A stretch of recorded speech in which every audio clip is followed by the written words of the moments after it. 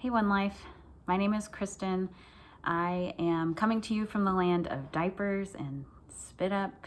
I have two littles, Craig, who is 2 years old, and Colin, who is almost 3 months old.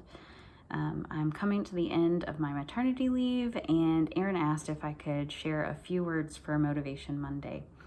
And so here I am.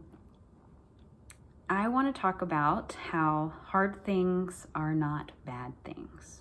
In my life, I want to run away from anything that's hard, mostly because it takes away some peace and some relief that I have in my brain. And so I have done a lot of hard things in my life, and not all of them have been bad things, like starting to run when I wasn't my healthiest self. It was really hard to run when I wasn't healthy, but it was really good for me, not just physically, but mentally and emotionally and spiritually. I've changed careers, and that has been really good for me. And I have stayed healthy, going to counseling, seeing my physical body stay healthy. Both of those things aren't always easy, but they're good things.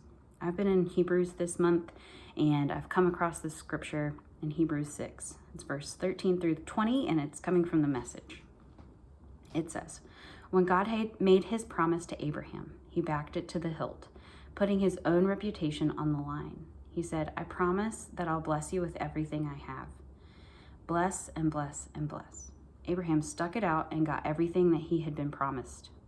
When God wanted to guarantee his promise, he gave his word, a rock-solid guarantee.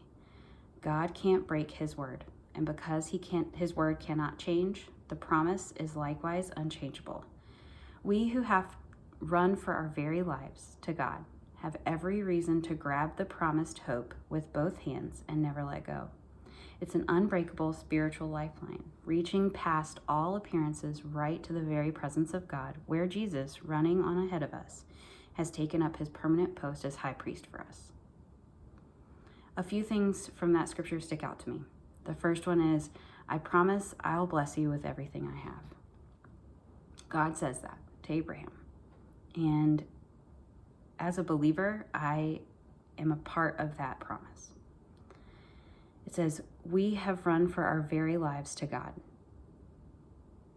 That stuck out to me because if I am running for my life to God in the middle of the hard things, that is where the blessing lies.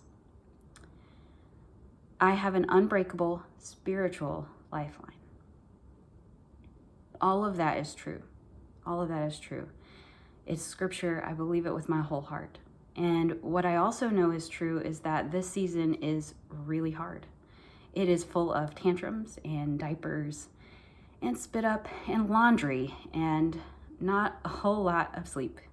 And that's okay. All of those things are hard, and they're current, they're temporary, they're not permanent. They are just right now. I also know that God is here. And so I don't have to numb out. I don't have to give up or give in when things get hard. I don't have to pick up my phone or turn on the TV or call a friend or grab a drink. None of those things are really helping me in that season. It's time for me to be present, and it's time for me to turn to God. So I'm reminded as we inch closer to Easter that the hardest thing that was ever done, dying and suffering for us on a cross, was in fact the best thing.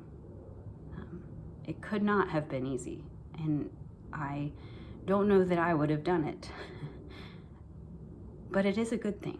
And so I'm holding on to hope that as we parent our two littles, that God's right here, and you can too.